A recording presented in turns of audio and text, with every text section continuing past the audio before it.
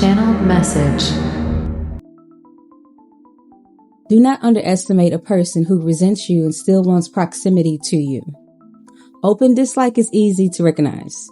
The greater threat can come from someone who studies you closely, earns your trust, learns your routines, and gains access to your private world and quietly begins believing they deserve a position in your life that was never theirs to claim.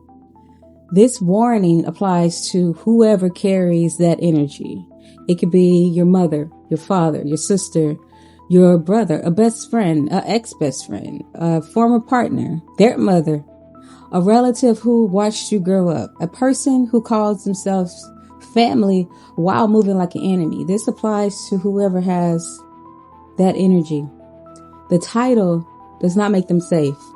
Blood does not neutralize envy. History does not erase resentment. Love should never be assumed where behavior keeps showing possession, competition, hostility, or the desire to control you. Malignant envy goes beyond wanting what another person has. It carries the urge to reduce the person who has it, your beauty, talent, peace, relationships, influence, spiritual gifts, ability to rebuild, or refusal to remain broken may continually remind them of what they believe is missing within themselves. Admiration can slowly turn into entitlement. They want more access, more information, more involvement, more control over how you move, who surrounds you, and what parts of your life remain private. Your boundaries begin offending them. A healthy person understands that closeness has limits. An entitled person experiences those limits as a personal injury. Your independence feels like rejection. Your privacy feels like disrespect. Your ability to make decisions without consulting them makes them feel like a loss of power, right? Watch the person who becomes irritated when you move without permission. Watch the person who needs to know where you are, what you're planning, who you trust, and whether anyone else has become important to you. Watch the person who support changes when your success no longer makes them feel included, superior, necessary, or influential. Their attachment may resemble loyalty until you remove access. Then the hostility surfaces. That moment tells you whether they value you or value the position they held beside you. Genuine love can survive your boundaries. Possession cannot.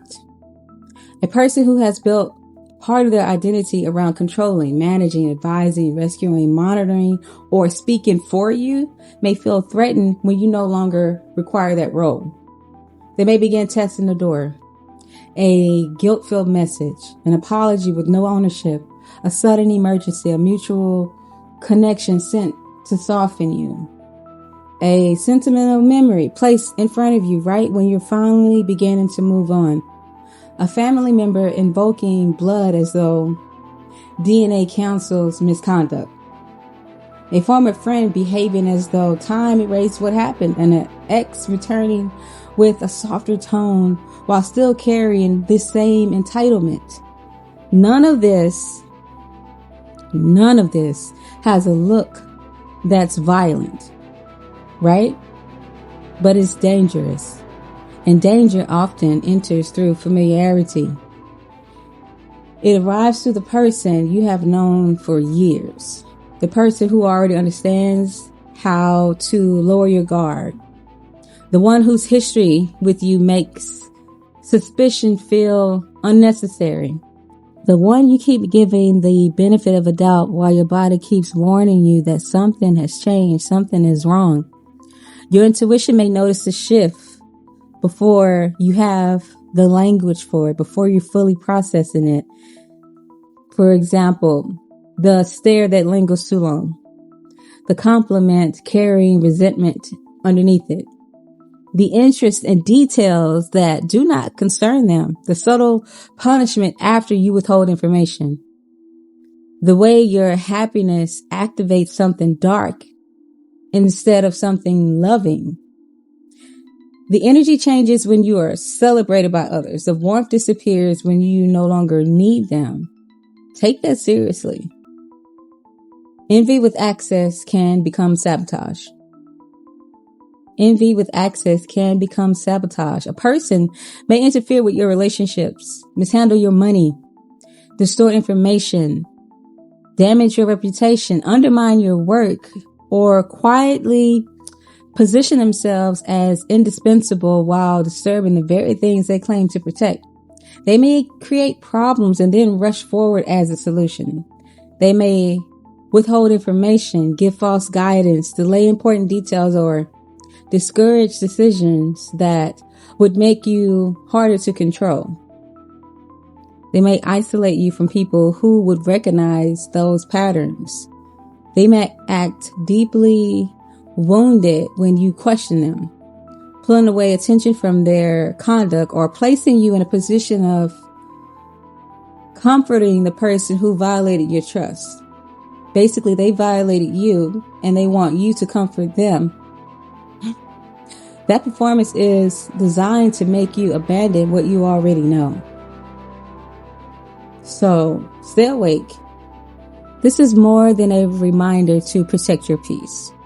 This is a warning about what can happen when fixation, entitlement, and resentment remain close to the person selected as a target.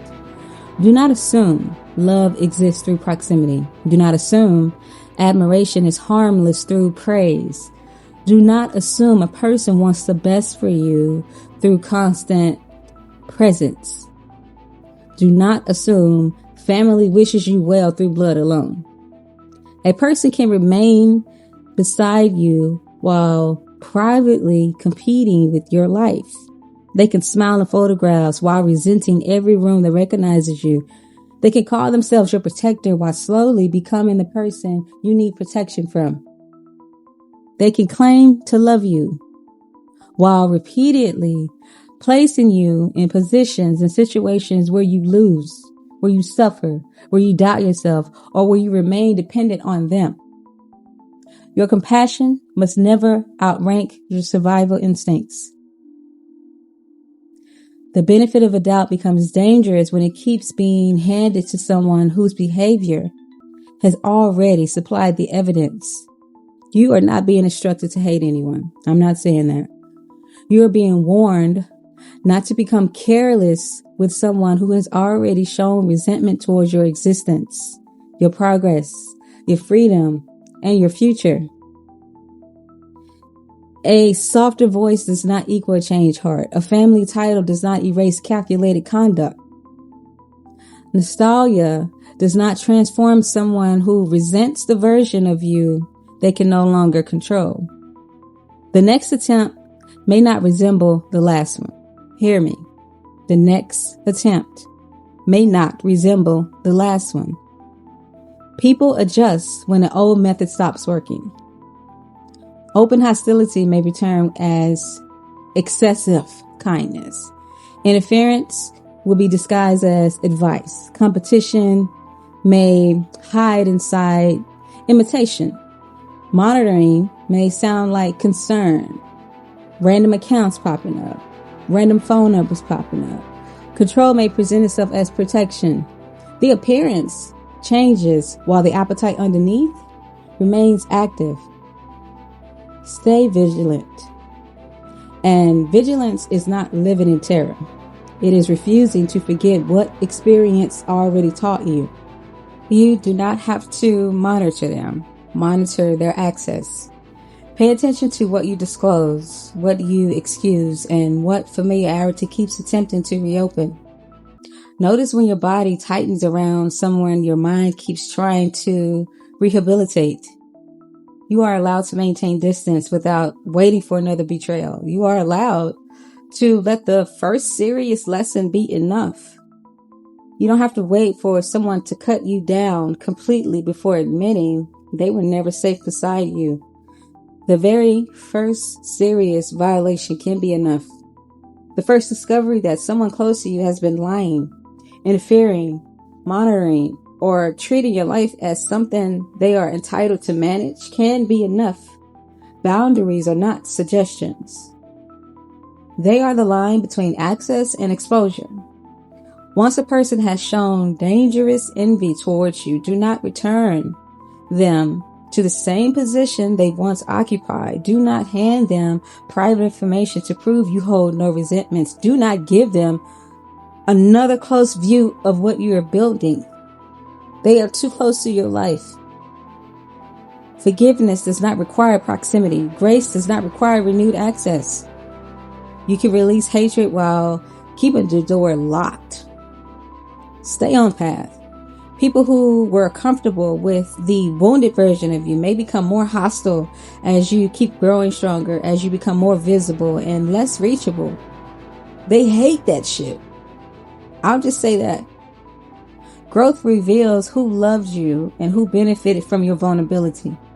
The person who truly loves you will not need you diminished to remain connected.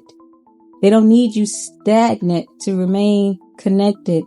They don't need you defeated to remain connected. The person carrying malignant energy may prefer you struggling, dependent, doubting yourself, and easy to influence. Your healing removes every advantage they once held. They are fighting like hell to get back to you, just to ruin you. That loss of influence can make them desperate. Desperation paired with fixation should never be romanticized. That shit's not cute. It's not cool. Take unusual behavior seriously. Protect your location, plans, your finances, your work, your private relationships, your private friendships. Let trusted people know when someone is repeatedly crossing boundaries, spiritual boundaries too. Hear me.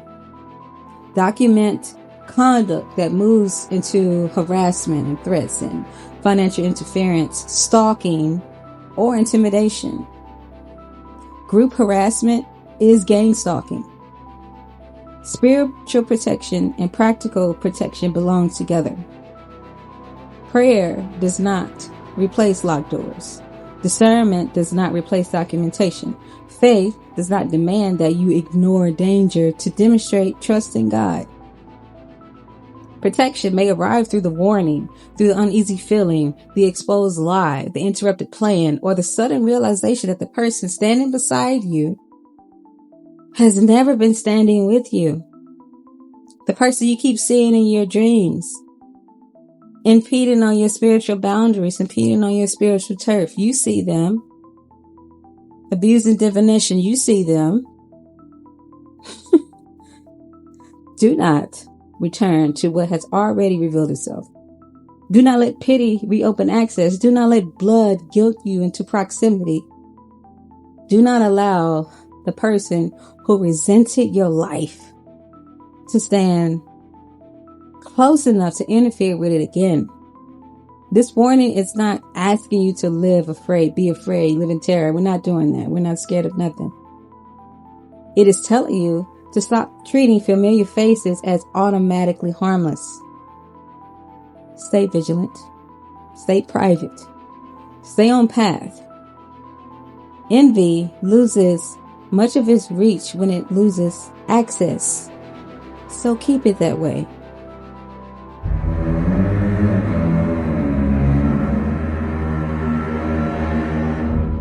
End of message.